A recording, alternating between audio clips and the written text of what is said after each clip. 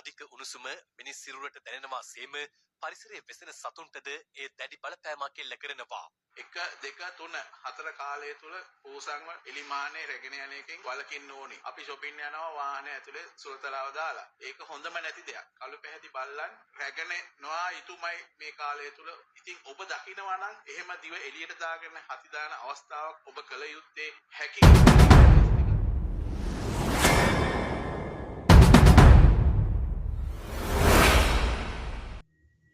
හරි ඉතින් මම අදත් වීඩියෝ එකක් අරන් ආවා.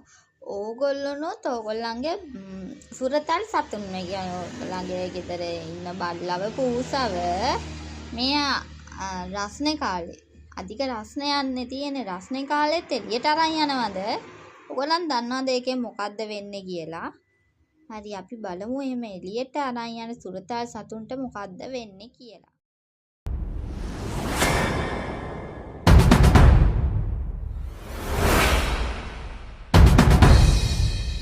දැනෙනවා සේම පරිසරයේ වෙසෙන සතුන්ටද ඒ දැඩි බලපෑමක් එල්ල කරනවා. 1 2 3 4 කාලය තුල පූසන්ව එලිමානේ රැගෙන යන එකෙන් වළකින්න ඕනි. අපි shopping යනවා වාහනේ ඇතුලේ සුරතලාව දාලා. ඒක හොඳම නැති දෙයක්. කළු පැහැති බල්ලන් රැගෙන නොආ යුතුයමයි මේ කාලය තුල. ඉතින් ඔබ දකිනවා නම් එහෙම දිව එළියට දාගෙන හති දාන අවස්ථාවක් ඔබ කළ යුත්තේ හැකි ඉක්මනින් අයිස් ටිකක් දෙන්න, ඇඟ තෙමන්න, සීතල වතුරෙන් ඇඟ අයිස් වලින් තෙමන්න. ගවයන් එහෙම දිවා කාලයේදී බැඳලා තියෙනවා අවුවේ. ඒක හොඳම නැති දෙයක්. විශේෂයෙන්ම කුකුල් ෆාම් කරන කට්ටිය දිවා කාලේදී කෑම දෙන්න එපා. දිවා කාලේදී කෑම දීම නිසා ඇඟ තුල ඇඟේ තියෙන කෑම දිරවන්න එන උෂ්ණත්වයෙන් ඔවුන්ගේ ඇඟේ උෂ්ණත්වය වැඩි වෙනවා. ගෙදර ඇති කරන සුරතල් කුරුල්ලන්ට අයිස් කැට සහිත වතුර එකක් තියලා තිබ්බොත් වතුර වෙනුවට ඒක ගොඩක් හොඳයි. ඇති කරන සතා ඉන්න කූඩුවට ඉහළින් අනිවාර්යයෙන්ම පොල්ලතු හෝ වෙනත් ආවරණයක් දාන්න.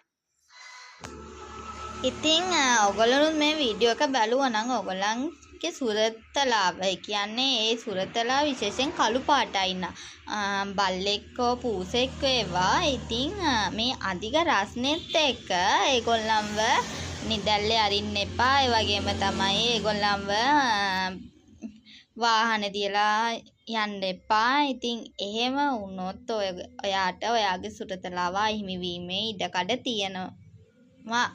ඉතින් මේ වීඩියෝ එකෙන් කියන්නේ දේ. ඉතින් ඕගොල්ලන් පරිසම් වෙන්න. ඕගොල්ලොනුත් පරිසම් වෙන්න. ඕගොල්ලන්ගේ සුරතලුවත් පරිසම් කරගන්න.